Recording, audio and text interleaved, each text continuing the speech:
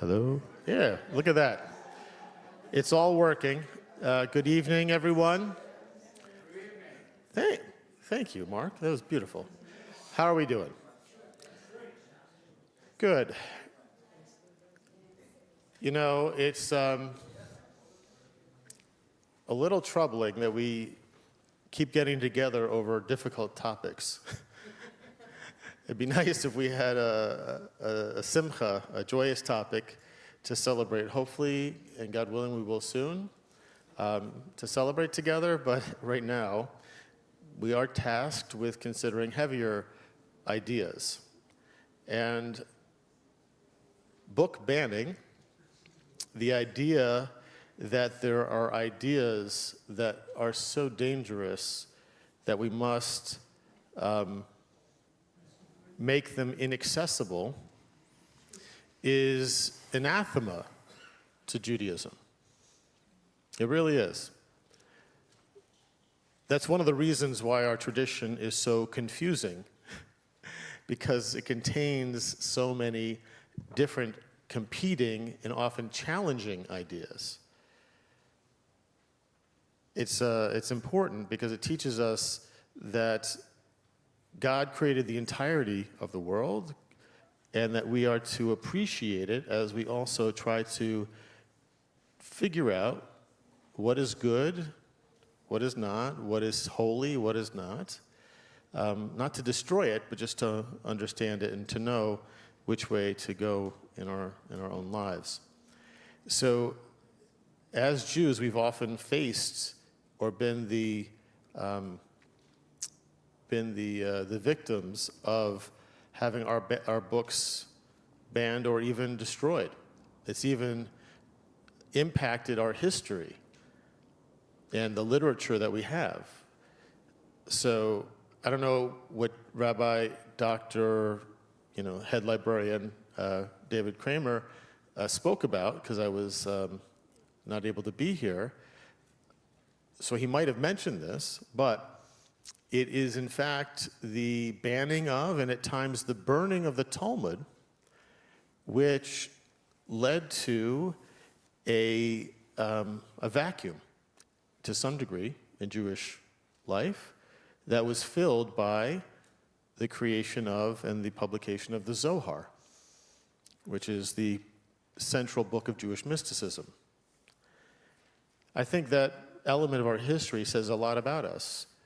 We held on to the Talmud even though it got banned or burned in some instances, but we filled that vacuum with something even not more beautiful, but beautiful in a different way and creative, because that's what we do, right? We keep moving forward, we create, we find the way to make it meaningful, and that's really a part of the Jewish story. Don't block it out, we don't destroy it. We figure out a way to make it meaningful and to celebrate. So it is a wonderful program that our Social Action Committee has brought to us with two great events, one with Rabbi Kramer and this evening, and I'm going to then turn the microphone over to Sharon, who will introduce our speakers.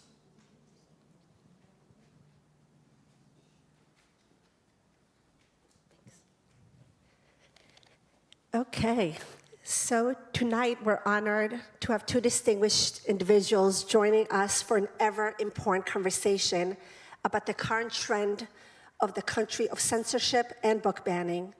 This practice not only has an adverse implication on the education of our children, but also impacts the very nature of our democracy and our ability to communicate freely.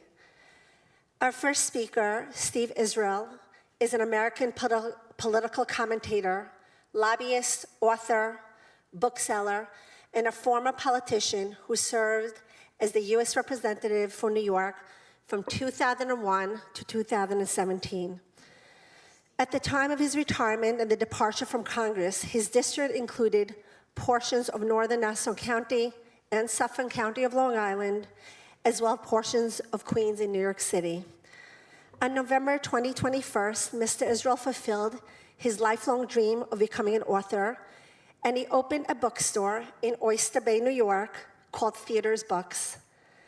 Many of us who reside in the district that Representative Israel represented, I would like to take a moment, if I may at this time, on behalf of many former constituents here, to thank you for all your hard work and for helping to make our home in Long Island the wonderful and inclusive place that it is. Thank you. Our second speaker, Susan Garner, the director of Nassau County, New York Civil Liberties Union, the New York State affiliate of the ACLU, has been a lifelong activist and a part of New York Civil Liberties family since 2006. She's an adjunct professor in political science at Long Island University, CW Post Campus. Ms. Garner's passion is to ensure our right, to know our right and to question, and this has informed many of her activities. Her goal includes raising the current simplistic level of thought and dialogue in the country and to reflect the complexity necessary for solving the difficult human problems. So this evening's discussion will be moderated by our very own Linda Leibowitz. Linda is a legal aid attorney for 35 years. She currently works in assisting incarcerated individuals in Long Island. Her passion for honesty and justice had led her to become an active and vibrant member of TBS's Social Action Committee. So now, without further ado, I present you our panel's discussion tonight, and the conversation continues. Thank you.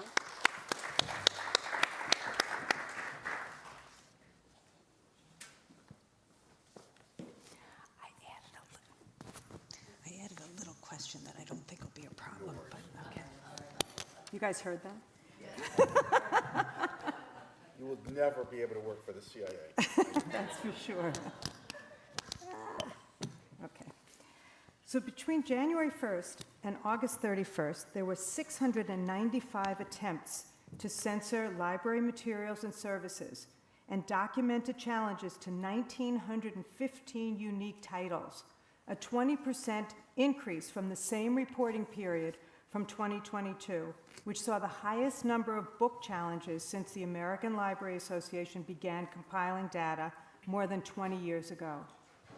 The vast majority of challenges were to books written by or about a person of color or a member of the LGBTQIA+ community. What do you attribute this astronomical rise to? Who would like to start? Go ahead. Hello. Okay. Hi, everybody. Thanks so much for having me here tonight. That's a big question. And so I would start by sort of talking about, let's not forget that curriculums and books are a part of the narratives that have evolved. It's part of nation building, and I think we need to keep our eye on that and be careful about it, because this is happening because there are a lot of contested ideas. There's a lot of normative ideas that are being uprooted very quickly, and there is a backlash. And so there are lots of projects going on around all of these things. There's curriculums that are being introduced to uproot normative thinking. For instance, the 1619 project, right? That's an example of uprooting norms. For anybody that doesn't know, the 1619 project is a new take on history. Actually, it's a very old take on history that is not being taught, meaning that our history of this country should be inclusive, starting at 1619, the year 1619, when the first slave ship arrived.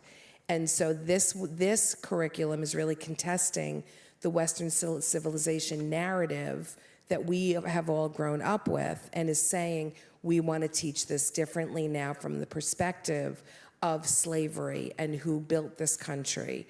And so that's an example of the uprooting of norms. So I think a lot of the reason that it's happening, and that it's happening more, is that there's a certain politician who let loose the dogs of war on thought. I think we all know who I'm talking about, and that there's a lot of contested norms happening right now. So that's a beginner to that question. Okay. Linda, thank you for moderating. Rabbi, thank you for your hospitality. Susan, it's great to be with you. Let me take a step back and thank you all for welcoming me into the warmth of the sanctuary. I've been here before. I was here as a member of Congress. I'm here tonight. It is much more pleasant to be able to speak here and not have to go to Washington, D.C., to be able to just go home in Oyster Bay without the circus atmosphere of Washington. I'm happy to discuss that tonight if anybody is interested. But to answer your question rather specifically, books have been banned since the Gutenberg Bible came out. There's nothing new about the banning and the censorship, the sanitization of books. What is new is the intensity, the extensiveness, and the seeming permissibility of it in our culture today. My passion since before going to Congress was books. I love books. Growing up in Levittown, New York, they were my refuge. When I was in Congress, my scheduler had one rule. Every day's schedule, no matter where I was in the country or in the world, my schedulers would always tell me where the nearest bookstore was. You haven't shopped for books until you've shopped for books in Kabul, Afghanistan, listening to mortar fire with a Marine escort saying, Congressman, it's just not worth it. There's this thing called Amazon. You can order it online. We're going back, right? And so I've always been passionate about books. It wasn't until I wrote books and became a bookseller, I now own a bookstore at Theodore's in Oyster Bay called Theodore's, that I came to really study the answer to your question. Why now? Why so much? Why does it seem more pervasive than ever before? I would just add a couple of things to your point. Number one, we are witnessing in the past several years what I call the monetization of conflict. The monetization of conflict. People are actually raising money, creating new platforms targeting books around our country. Moms for Liberty is an example of the monetization of conflict. So it has become a profit center. Conflict has become a profit center. By the way, by the right and the left, by both sides, it is monetized. People are making money on conflict. That's the first issue.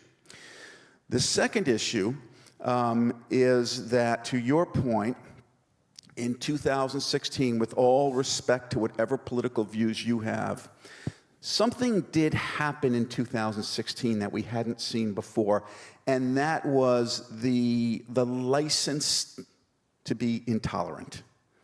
We're all intolerant. And to be human is to be intolerant at our base levels. We hope that we can perfect our behavior and challenge that intolerance, but intolerance is a human condition.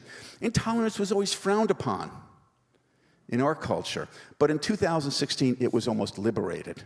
It was given license. And suddenly it became okay to express your antipathy towards the other, whether it was LGBTQ or Jews or other groups. You could express your hostility towards them by targeting their messages, targeting their narratives. You could undermine their narratives and prop up yours by going after books that reflected those values with which you disagree. Final point on this question. I promise I'm not going to filibuster anymore. What's at the root of this? What's at the root of book bannings? In my view, it's very simple. Information is power. This is the most important thing I'm going to tell you tonight. Information is power. When certain people think you have too much power, the first thing they want to do is take away your information, which reduces your power. And that is why you have seen book banning since the Gutenberg Bible. It was powerful. The printing press was a form of power that was distributed widely across populations, and that is why the powerful decided to begin banning, sanitizing, censoring that information as a direct way to make you less powerful. It is a strategy and a tactic, and we have to be very careful to ensure that we're fighting against it, at the risk of losing our fundamental freedoms and liberties.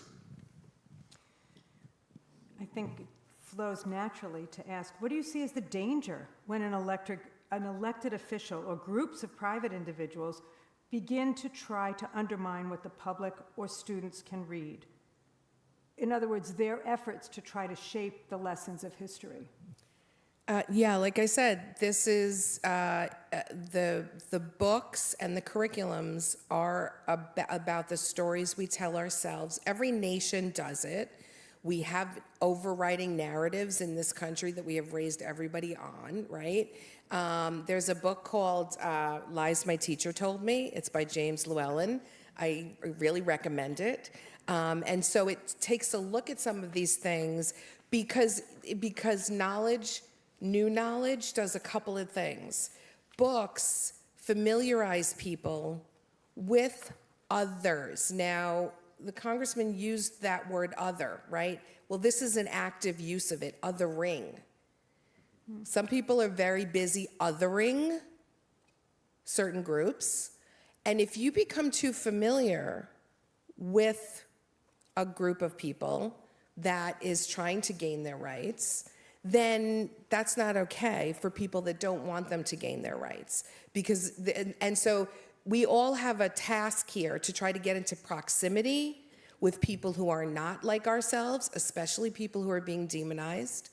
And so this project is about making sure we don't get in proximity to the other. We can separate out the other and we don't humanize them to anybody else, because then it's easier to keep their rights away. So that's part of the reason for all of this, and that's part of the stake that they have. And what does it mean? The question is, what does it mean when all of this happens? It means that we're divided, and that they're doing that on purpose, because once they can divide everybody, right, that goes to power. They're more powerful when we're all separated from each other. It also means that it's really an epic battle for the narrative, is the way I see it, right? For all of these norms. And so we learned Western civilization. There's a hegemony to the dominant narrative. James Llewellyn talked about in his book, Lies My Teacher Told Me, that when we talk about first world, second world, third world, that's a ranking that we're giving. And we all think of things that way, right? That's why this is dangerous. Technology good, right? We've all learned that. Technology is progress. Well, maybe part of our jobs, and this is why books are dangerous, is to question that. I'm not saying it's wrong, but I'm saying that it's our job to question it. Books allow us to question it. When you take away the books, that's why it's dangerous, because then we're not going to question. We're not going to get with the other. We're not going to get in proximity of people we don't know. So that's the power that they get when this happens. Interesting, yeah. I think that the issue of motive creates some discomfort, or will create some discomfort among us. And here's why I say that. If the motive to ban a book is because it is somehow glorifying the other, that's a malicious motive. But let me ask you some questions. The book Mouse, you're all familiar with it, the graphic novel Mouse. So that book, let's take that book as a case study. And I may make you a little uncomfortable. Now I can do that because I'm not running and asking for your vote. So it's okay. The book Mouse was banned in Tennessee because of objectionable material. They didn't define what that meant. It was also banned in Germany because it invokes the swastika, which the German government felt, under German law, cannot be mass-produced. So ask yourselves, is one form of banning books more legitimate than another? Second question, Huckleberry Finn, Tom Sawyer, banned in many communities for using the N-word and propagating racial stereotypes. Are we comfortable with that motive or uncomfortable with that motive? My view on this boils down to you need to be a critical thinker. The government shouldn't think for you. I don't care whether it's on the left or the right. The responsibility of citizenship means that you've got to be the critical thinker. You make the judgment. And if your judgment is that Huckleberry Finn or Tom Sawyer propagates racial stereotypes, then put it away. Don't recommend it to people. What makes me uncomfortable is when the government tells you how to think. And whenever the government tells me how I should think or what I should read, I'm going to think. And I'm going to grab that book and read it as fast as I possibly can. Forbidden fruit.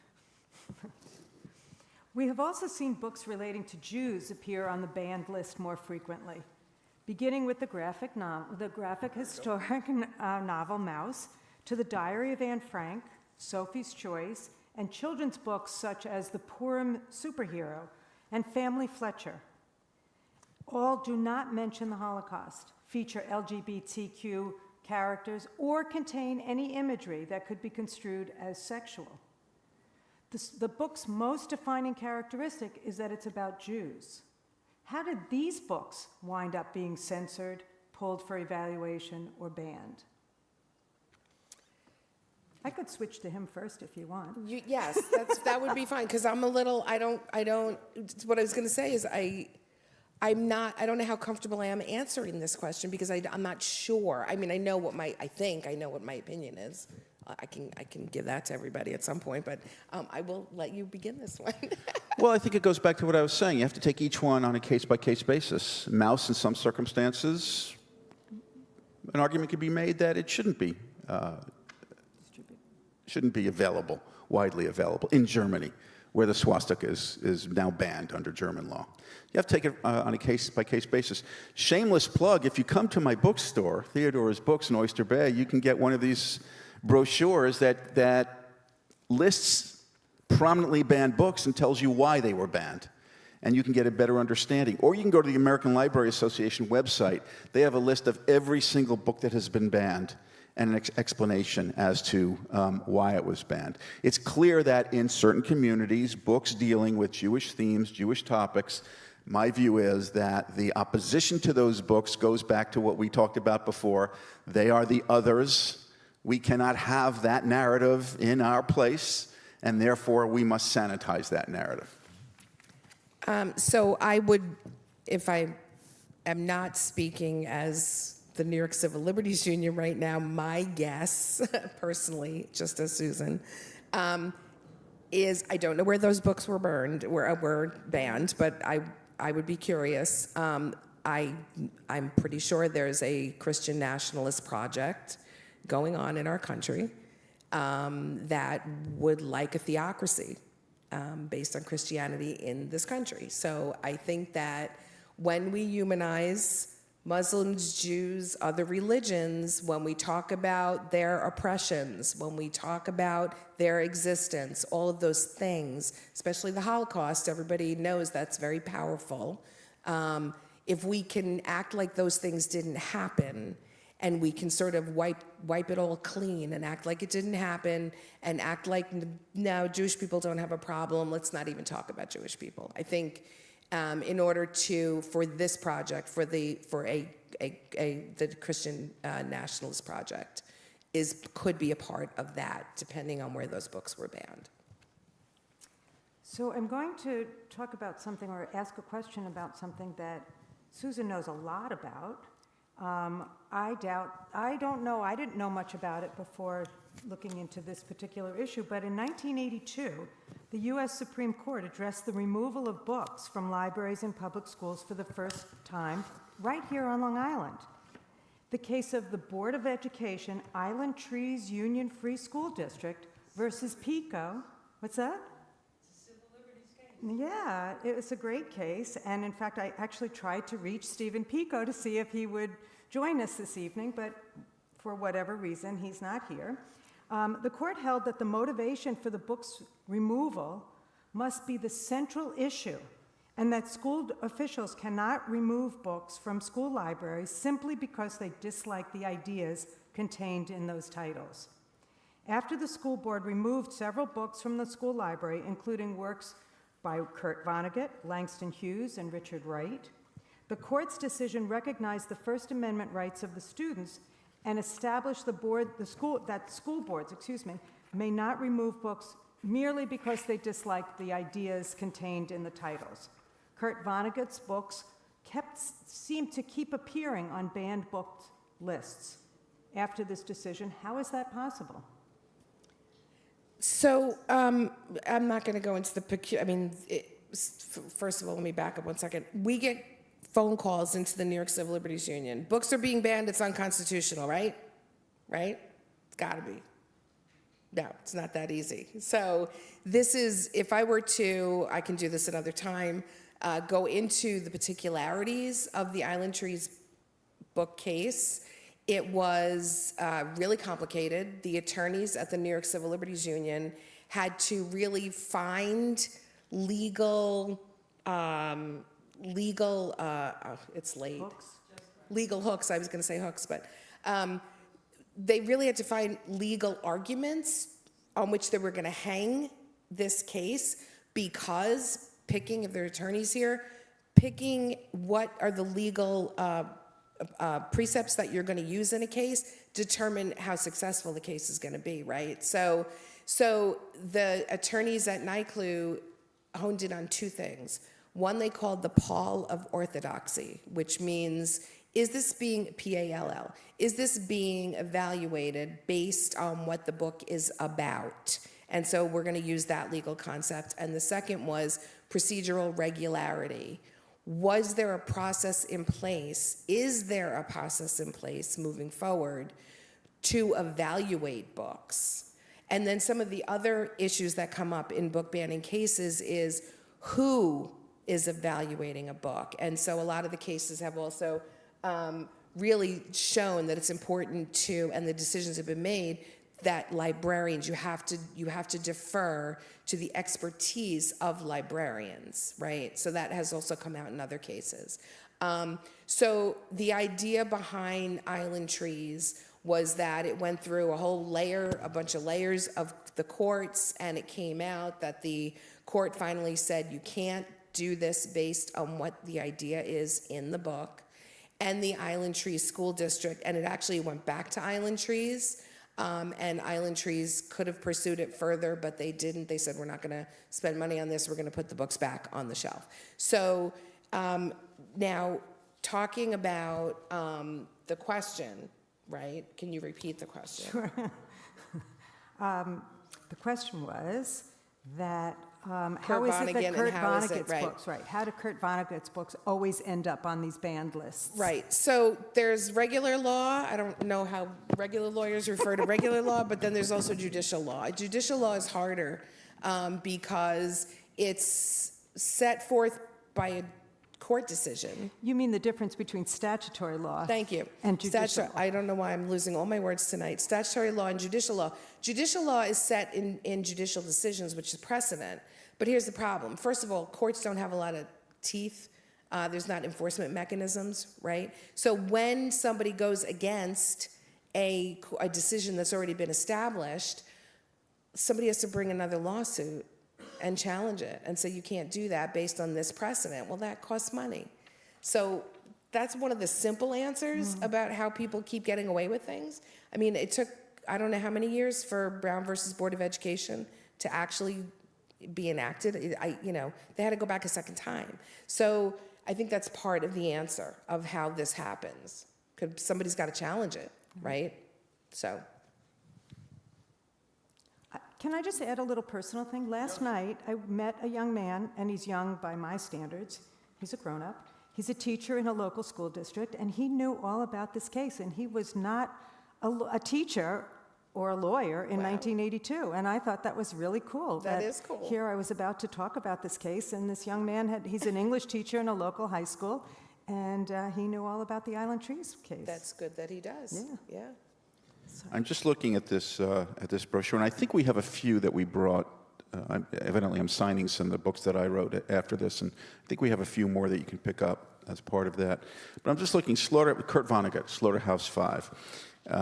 Banned in Rochester, Michigan in 1972, Levittown, New York in 1975, North Jackson, Ohio in 1979, Lakeland, Florida in 1982, Racine, Wisconsin in 1984.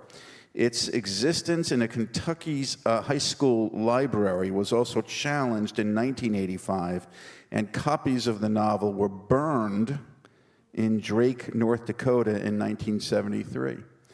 And so here you have a long history of attempts to ban Slaughterhouse 5 and other Vonnegut titles, by the way. He seems to be a favorite by the extreme right, along with so many other books that would shock you. The Great Gatsby, it's all about us. You know it's been banned for sexual innuendo? The Great Gatsby, banned for sexual innuendo. So many extraordinary books have been the subjects of attack by different organizations. Okay. How do organizations such as Moms for Liberty, as you mentioned, influence what books our children read? Moms for Liberty claim to be dedicated to the fighting for the survival of America by unifying, educating, and empowering parents to defend their parental rights at all levels of government. Their vision states that they are Americans empowered and thriving in a culture of liberty. What gives them the right to determine what my children read or what's taught in my children's schools? My children are way out of the school May I take that district. first? This goes back to what I was saying before. Moms for Liberty represents they are conflict entrepreneurs. This is a new phenomenon in American politics, culture, and fundraising. Conflict entrepreneurs on both the left and the right.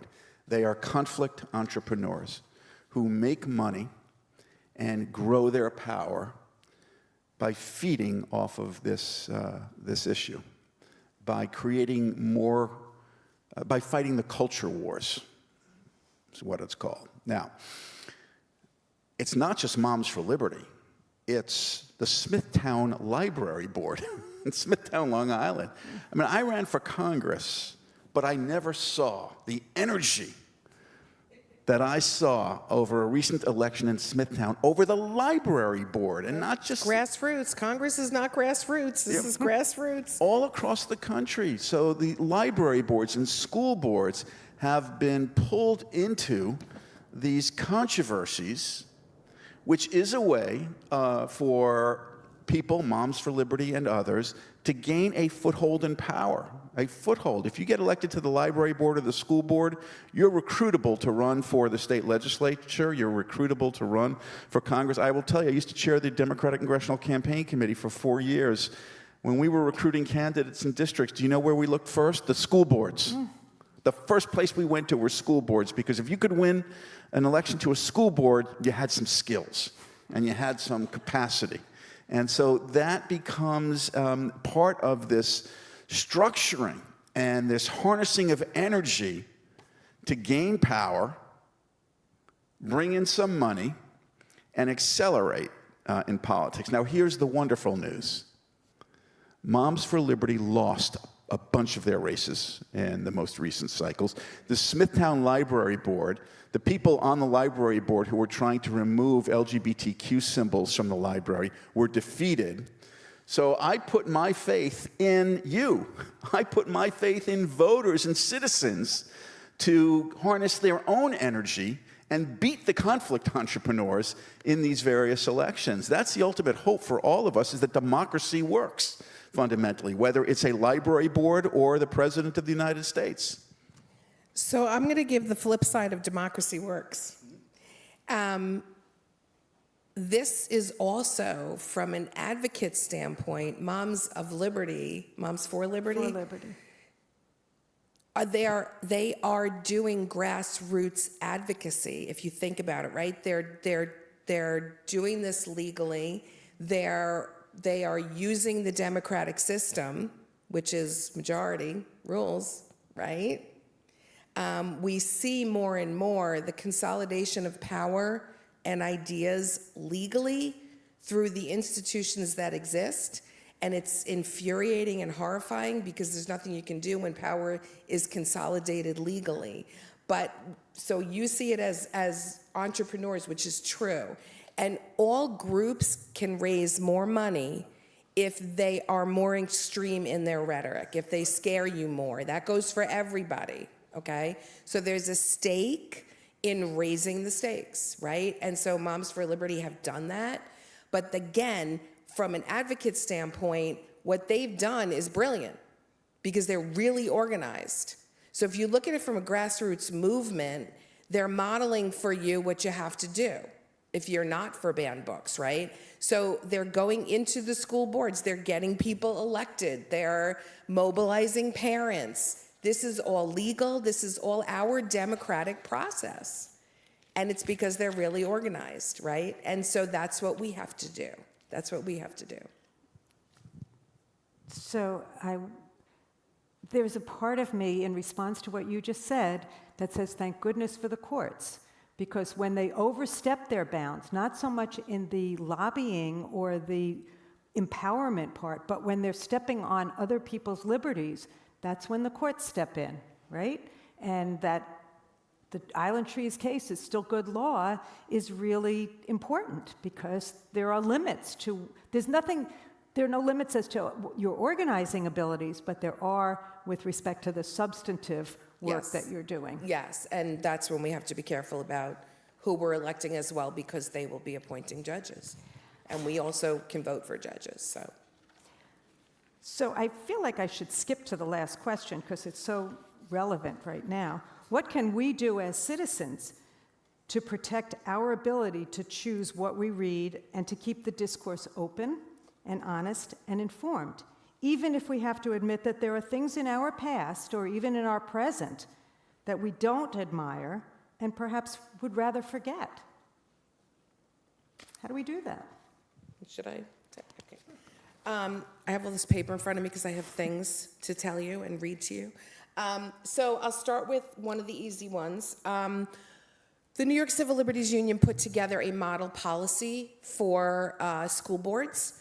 And so we are going to have that sent to you via email. There's a cover letter that you can send to your school board with the model policy that will be sent to you.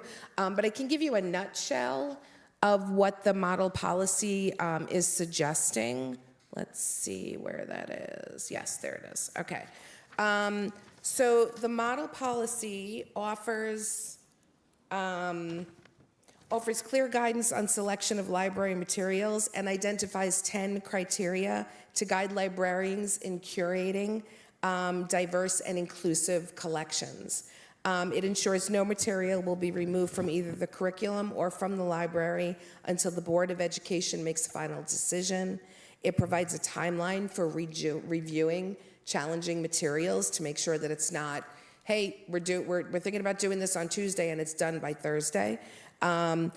Protect the professional discretion of school personnel. It identifies the librarian as the person primarily responsible for the selection of library materials, and it advocates for student and community involvement in the decision-making process. So, like I said, this is going to come through in your emails. I encourage you to use the cover letter, the template cover letter, approach your school boards. If you have kids who are involved, children and grandchildren, whoever, whatever age you're at or whatever your family members are, show them the model policy, see if they can get it into their school board. So that's definitely a very concrete step that you can take. You can run for school board. You can make sure that you're motivating your friends and everybody around you to come to school board meetings. You know, a lot of us really like to go yell at congressmen and at people up at the federal level because it's a big deal and you feel like you did something important. But the local level stuff, That's the stuff that's really dangerous because number one, nobody's watching. And I'm talking about Nassau County, I'm talking about your town, and I'm talking about the big towns, Hempstead, Oyster Bay. When's the last time anybody's been to one of those meetings, right? And then your town, right where you live, your town council, it's board of trustees, whatever it is. You have to go to these meetings because this is where all the squirrely stuff is going on. So that's part of what you can do. One of my maxims in politics is something you may have heard: don't agonize, organize. Don't agonize, organize. So here are some tips to stop agonizing and start organizing. It can be as simple as this. At my bookstore, we don't agonize. Here's what we do. You come in, we have a whole section of banned books, a whole bay of banned books. We will sell you one of those banned books at a considerable discount and donate it to communities where that book is banned. That's fun. That's great. That's fun. That's great. And I can't tell you, every day I look at this, we have a basket, and it's just filled with books that people buy. We discount it. We ship it into communities where that very book has been banned. Wonderful. So you can do something as simple as that. You can support the National Committee Against Censorship, which is a very impressive organization that fights book bannings and other attempts to undermine your ability to read. To Susan's point, don't agonize, organize. Get involved in a local library election. Get involved in school board elections. Start thinking about who can we recruit to run, who can win, and is going to protect freedom and liberty in our districts. And then, of course, the 2024 election, which I don't want to get too deeply into the politics, and I'm not going to be at all partisan. But I will give you a brief kind of 30,000-foot view of why your energy in the 2024 election is so important. I don't buy the theory that if the MAGA movement takes over the Republican Party in the country, that we're going to be living in the Man in the High Castle or a Handmaid's Tale. That's not going to happen. It's never going to get that bad. But here's where I think many of the leaders of that movement want to bring us. To kind of a 1950s view of culture, where those hard questions about our background just aren't asked in polite company, where we sanitize our history. We make it bland and dull. We don't like critical thinking because that just rocks the boat, and we do better when the boat doesn't rock. So I believe that the next election is not, it's hyperbole and it's exaggeration and it's self-defeating when people say, oh my God, the very future of our country is at stake, and we're going to end up in this horrific, dark, dystopian place. I don't think it's going to be that. I think it's going to be more like the 1950s. If you believe that critical thinking is a vital aspect of democracy, if you believe that citizens should be empowered to make decisions for themselves on what they read and what they say, if you believe that government needs to stay out of those decisions, not to hearken to another issue, then it's vitally important for you to exercise your power and rights as citizens and become involved in the 2024 elections. And let me say, as a Democrat, I don't care whether we're talking about Republicans or Democrats. Make sure that both parties are offering us candidates and officials who fundamentally respect your right as a citizen to read and say what you want without censorship by government. Whatever party offers those candidates, let's support them. I also... George Santos.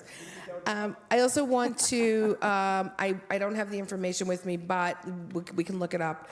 The library in Brooklyn is making itself available to everybody nationwide over the internet, and is just making all the banned books available digitally to anybody who wants them from around the country.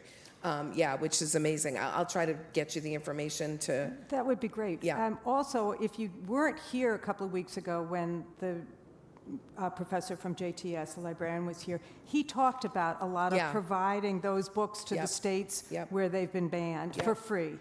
And it's on YouTube. It's available for you guys to watch if you weren't here or Yeah. you weren't aware of it at the time.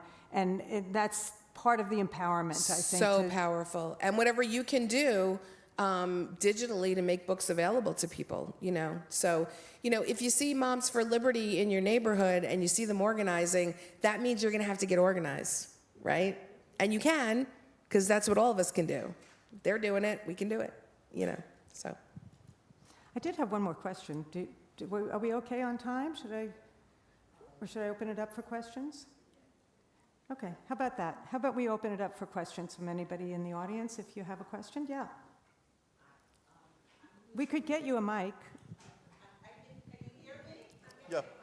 We can also repeat it. It's a question, but I also am using it as a platform. There are not that many people here. I'm president of our Sophia Robb Public Library. No. That we have an election on December 5th. How many people here, some of them are from Roslyn Library, but very few people show up to vote. So you're exactly right. It's organization. We have a lot of people, because when you get your town bills, you see exactly how much you're spending for the library. When you pay your taxes, you don't know how much you're paying for anything else. You know how much you're paying for the library. And people come in and say, I paid this, and I don't want that book here, and I don't want this there. You can tell. And then those people organize. And a recent politician who was running for town council who lost, an incumbent, was at our library picketing and saying, no hate in our town, without calling us or anything else, just because there was the Hindus had a speaker and other people weren't happy about having that Hindu speaker. So they were picketing. I think it's very, very important. So I'm sorry I'm not asking a question other than, as you're saying, organized, because these local elections, people don't vote. They're not on a Tuesday with all the other things. Yeah. If we get, I mean, I think last time I got 124 votes, which was a landslide. So this time, however, the other people really, really are organized.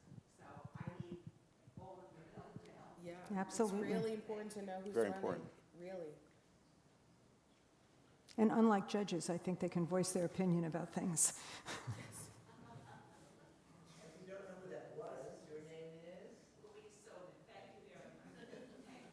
Thank you. Anybody else? Yes. Hi. I have you mentioned earlier about like Puffin and certain books like that. And I'm a New York City public school English teacher, for the next 5 years. So I'm questioning how we change maybe the response to books is maybe the way we're told as teachers to teach. Yes. And that possibly if we were given more freedom as teachers to, I don't know, teach. As educators trusted, we could perhaps teach the books in a narrative that would explain the time and place and teach books in historical context so kids understand, okay, it sounds terrible now, but in its time, it makes sense. So maybe there's a connection between the way education is being foisted on us and then how we then Yeah. Well, I agree with you 1,000%, and you know this is a gap that's occurring. We don't fully understand that this is a continuum. A book with objectionable content is a learning lesson. It's a learning lesson, and it ought to be used to foster critical thinking. And who are the best equipped people to use a learning lesson to foster critical thinking? Our teachers.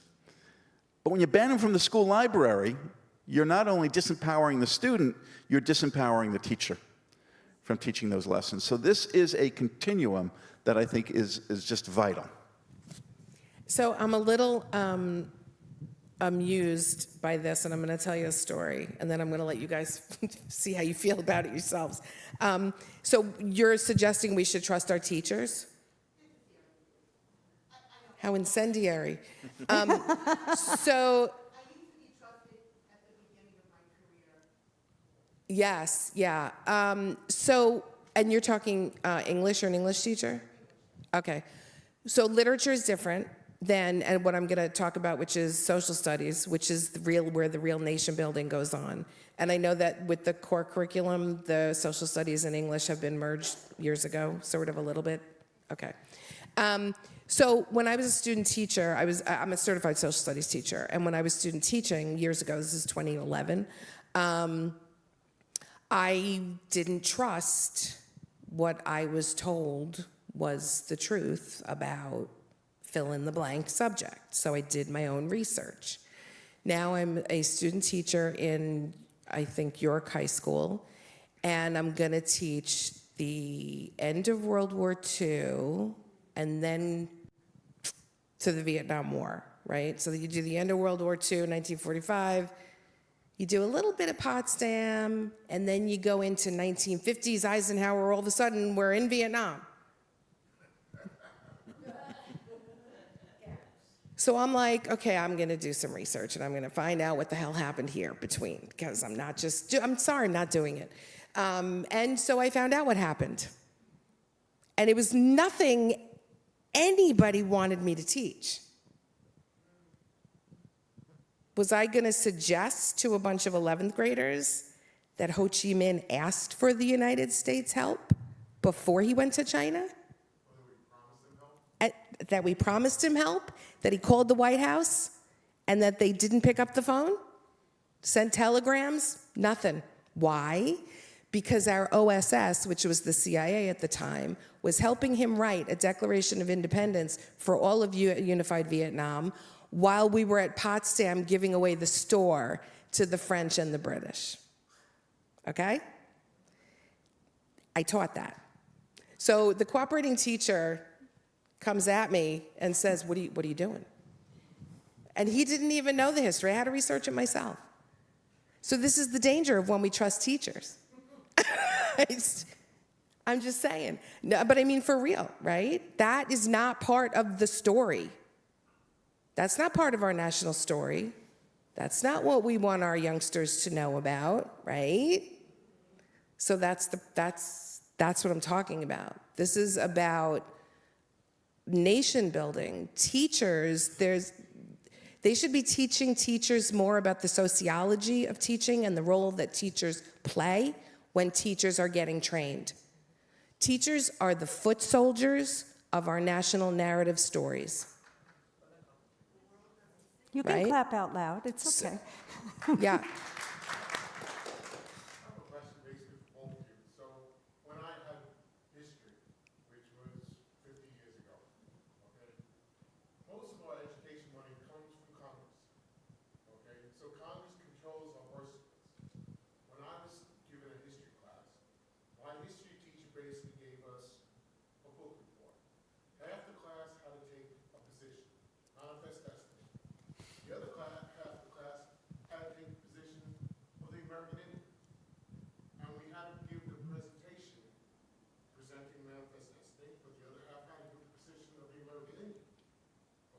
So you have both sides of the story. Mm-hmm. Okay?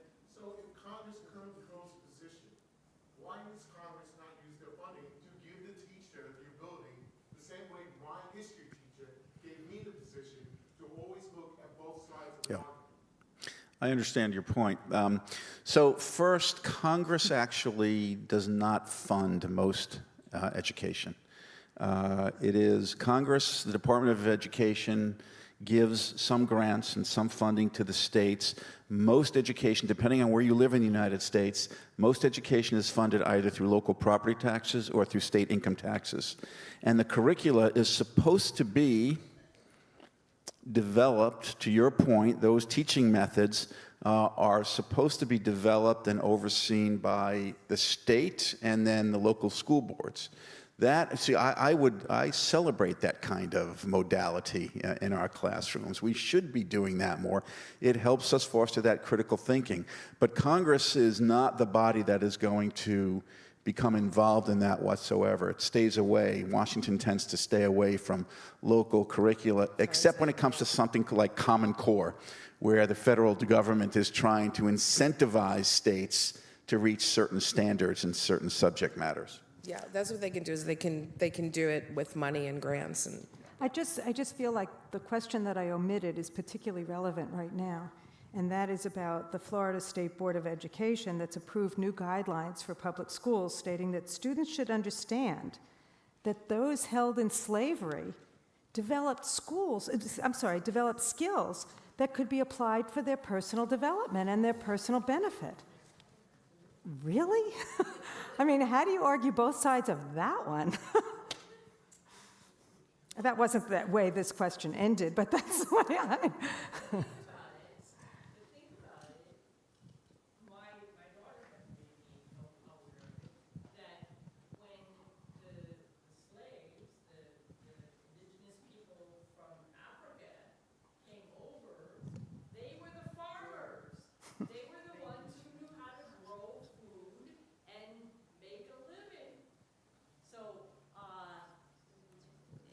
How does being a slave, how is that a detriment in this case?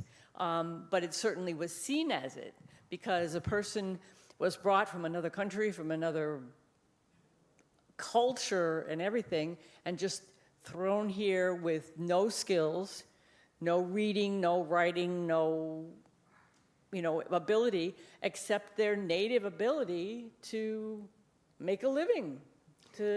But I don't think that's what they're referring to. I think they're referring to, I mean, I don't know what specific skills, but not ones that they came to the United States with, but the pleasure of being a slave. Right.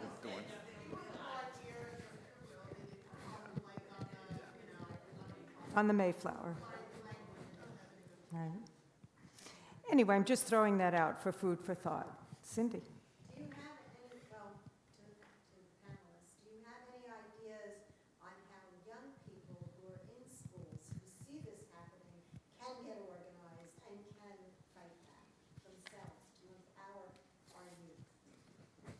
yeah, the kids. Yes. I think that it's very powerful for faculty and administration to see the kids doing that. And I think that it's important, first of all, parents have to model it, hopefully. I know that students have gotten organized around the gun issue, for sure. And so there are ways, we have an education center, education policy center at NYCLU. We work with teens all over the state. We empower them, we give them advocacy tools, we teach them how to speak in front of the press, we teach them how to organize, how to do direct action, all of those things. So we're trying to get students involved and teach them that they can become leaders in their high schools. I think we have 5 or 6 in Nassau County in different high schools. So that's what we're doing. But as parents and grandparents, you can model that for them and encourage them. And I think it's very powerful. And I think it's naturally happening. It's almost, kids are, most of them, by nature, anti-authoritarian. And when they feel, right? Some of us never grew out of it. I never grew out of it. When they feel the power, and this is all about power.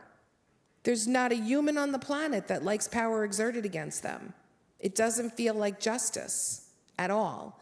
And so when kids feel it, and kids feel it every day in school, but I think that they know the difference between rules that are put there because school is stupid and we're dealing with 1,000 kids and all that sort of unfair stuff, versus a real undercurrent of power against their minds. I think that they can feel that, and they really do organize. More students have walked out over the past few years than they have over the past 10 or 15 years. So students are getting there. Can you offer that to a particular school district if somebody seeks the assistance of Yeah, the it's called the New York Civil Liberties Union Student Ambassador Program, and it's open to every high school. We send to every high school in Nassau County. We let the students know. We send it to their social studies departments. So. There is a delightful irony in all of this, and I see it firsthand in my bookstore, that when the headlines tell us that a book has been banned, the sales of that book go up. You can see it. So when Mouse was banned, flew off our shelves. Flew off our shelves. You can see it firsthand. So the more, and to your point, Susan, students out there are anti-authoritarianism, they're anti-authoritarian, but the problem is they also don't know what a book is. Many of them. They read, but they read everything on this.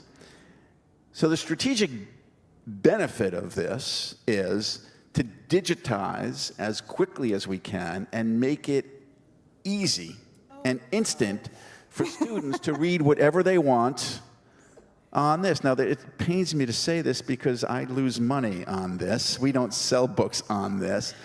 But it is a very effective way of fighting back against attempts to ban books when students are aware of it, they want to counter it, make it easy for them to do so by reading those books. I think we'll take one more question. Oh, he hasn't had a question yet. Okay, so go ahead. We'll finish up with the three people who have had their hands up. In terms of when I think about social media and what's gone on about some of the things that have been tweeted, et cetera, and then they're being taken down, and what are your feelings about, well, do we have, if we're saying we shouldn't be banning books, and we're saying, what's the relationship between deleting tweets and deleting books? And how do we handle Yeah. those two perceptions? It's a very fair question. I do believe there is a fundamental difference between banning a book that has been part of our literary history or even says potentially objectionable things and taking down a tweet that publicly shames or vilifies or attacks someone or engages in hateful content that is designed to increase animosity towards a specific group, etc. A 228-word tweet can be taken down. Huckleberry Finn or Mouse or the Diary of Anne Frank are a completely different forum and should not be banned. The other thing I will say is that the government is not taking down social media tweets. It is the governments that are banning books. Those tweets are usually taken down because the platform believes that they are dangerous. It violates their own internal rules. The marketplace forces those things to be taken down, not the government. That's the most important distinction I think we can make. The First Amendment restricts what the government can do, not what an individual employer or platform can do. Go ahead, sorry. Back in the 1990s, when my kids were in Syosset High School, I remember that. Oh, thank you. Back in the 1990s, when both my kids went to Syosset High School, there was a program that was set up by Hadassah, the Women's Zionist Organization, and it was called the textbook patrol or something like that. Textbook watch. And the whole point of it was they encouraged, from the national level down, they encouraged parents to go into your kids' book bags, take out their textbooks, and take a look and see what's in them. So we did in Syosset, a progressive, very expensive school district. And we discovered that in world history, this was, I think, 10th or 11th grade world history, World War II dedicated X number of pages to all of the wars from Dunkirk all the way to, the end. And there was one paragraph that big about the Holocaust. That was it. And it's because of Textbook Watch that I remember the principal decided at that time, you couldn't change the textbook because that was already written. There were hardcover textbooks. But they told the teachers to take a break from the textbook at a certain point in the curriculum, and then they gave them like a 3 or 4 day intensive study just about the Holocaust itself so that they'd understand the whys and the wheres and the hows, and then get back to World War II and then understand that in context.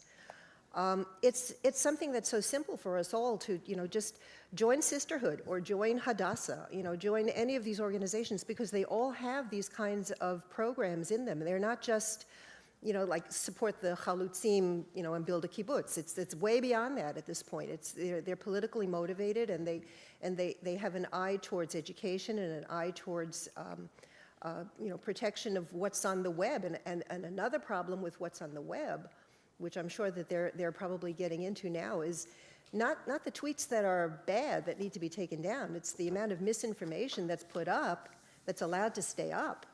And if you ever go onto Threads or you ever go onto X, you see it where we've been inundated with a mass of information that is just false completely.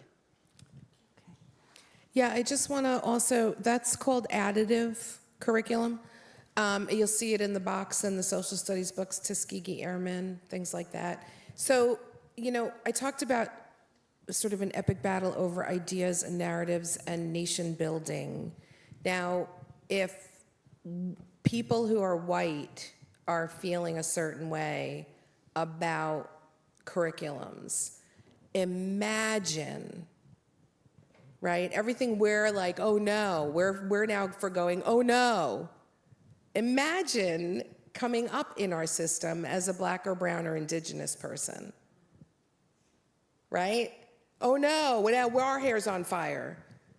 It's a little bit like reproductive rights, right? Black women's bodies have been controlled forever. And now all the white women are, oh no, Handmaid's Tale, So I think it's very important to understand that this has been going on forever for certain groups of people. Forever. And it's a battle for nation building and narratives. Are we going to teach in this country? What perspective are we going to teach from? We teach from white Western civilization. That was fine with me, because I was swimming in the waters that were a part of me, right? But for the other kids who weren't, that wasn't okay, and they knew something was off. Now we know there's a lot off, right? So that's what this is all about. And that's why we have to be motivated, and we have to be a part of this, so. Are we good? Thank you guys very much for coming. Thank you all very much. Thank you guys. Thank you so much. Wonderful. So for those of you who are interested, I know I was asked to sign some books outside. I'm happy to do so. We'll be here was for about actually- a half hour. Yep, I was going to announce all that. Sorry, I stepped on your lines. No, my pleasure. No, it's fine, it's fine. Thank you, Representative Israel and Ms. Gladera, for a wonderful, thought-provoking discussion. And of course, thank you, Linda Leibovitz, for your masterful moderation. Thank you. I'd also like to thank Rabbi Ben Gideon for his inspiring welcome, and Rabbi Rosenthal, who could not be with us this evening, but who helped the committee to develop this program to help us understand the impact that the current situation has on all of us. Thank you to our Social Action Committee for their caring and hard work. We invite you to join us and help to work to make this more of a just world. We cannot stand idly by while others are deciding what we should read, what we should know, and therefore what we should think. History is filled with actual facts. Some reflect well in our society and our people, and some do not. It is only when we acknowledge and accept these facts that we can learn. We can learn what was done well and what was done wrong. We can learn how to improve. When ostriches bury their heads in the sand, they cannot see anything. But when they raise their head up and let the light in, they can see the sun, they can see the stars, the birds, the sky, and the beauty in the world. So, too, is it important for us to raise our heads out of the sand and help to make sure that we can all see the truth, the beauty, and the lessons of the past. Only then can we create a better world. We cannot stand by when books like Sophie's Choice, The Giving Tree, Charlotte's Web, and The Diary of Anne Frank are not available for us or our children to read. Unfortunately, history has taught us that first they came for the books, and very often after that, they came for us. Representative Israel has graciously agreed to sign his latest book. I didn't realize we were bringing both of them, but big guns from this evening. If you'd like to purchase the book, Representative Israel will be at a table just outside the door and will gladly sign it for you. Thank you all for coming, and I wish to invite you outside for a cup of coffee and a little bite and some more discussion about something that's extremely important. For those of you that know people that could not join us tonight, this has been recorded, and it can be viewed on YouTube, and I think it's a very important discussion to have people see and see and see. Thank you again. Thank you very much. Thank you. Good to see you. Really good to see you. Do you want your water?